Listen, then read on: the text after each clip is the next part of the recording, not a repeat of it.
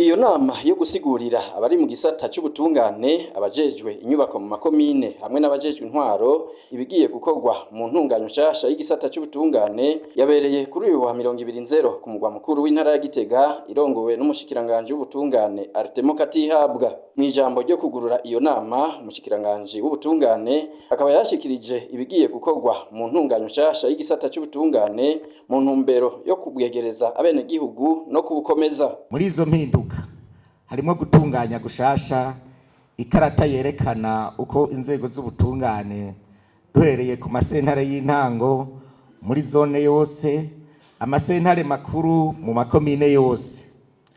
Dushaka ko sentare y'intango iba ishingiro ry'ubutungane kuko izofasha abene gihugu gushikira ubutungane batarushe kuko buzoba bwegereye aho baba, bikazogabanya ingendo ndende bahora bagira, ariko kandi bakaronka ubutungane vuba bwangu kubera sentare itazoba ifise amadosiye menshi nkuko vyahora. Amasentare makuru azoba afise uruhara rukomeye mu gukurikirana ko ingingo z'ubutungane zifatwa mu karere zirimwo akanovera. Nico gituma amasentare makuru azoba ari muri komine yose.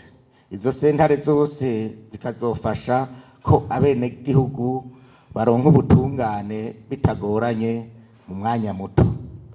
Gushiraho ayo masentare mashasha birasaba ko haba inyubako zibereye, ibikoresho hamwe n'abakozi bafise ubumenyi buhagije, ariko kandi bigasaba ko haba ugukurikirana ibikorwa gukomeye hagati y'abajejwe ubutungane hamwe no kwakira izo mpinduka nk'izanyu ku bacamanza bose n'abashikiriza amanza, abajejwe intwaro mbere n'abene gihugu ubwabo kugira dushike kwihangiro ry'igihugu cyacu.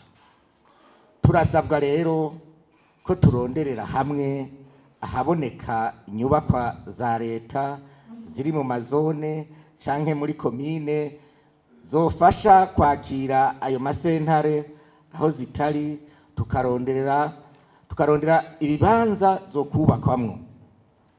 Kwegereza ubutungane abene gihugu bitanga icizere ko ubutungane bunyaruka, bwizewe kandi bwubahiriza iteka rya muntu.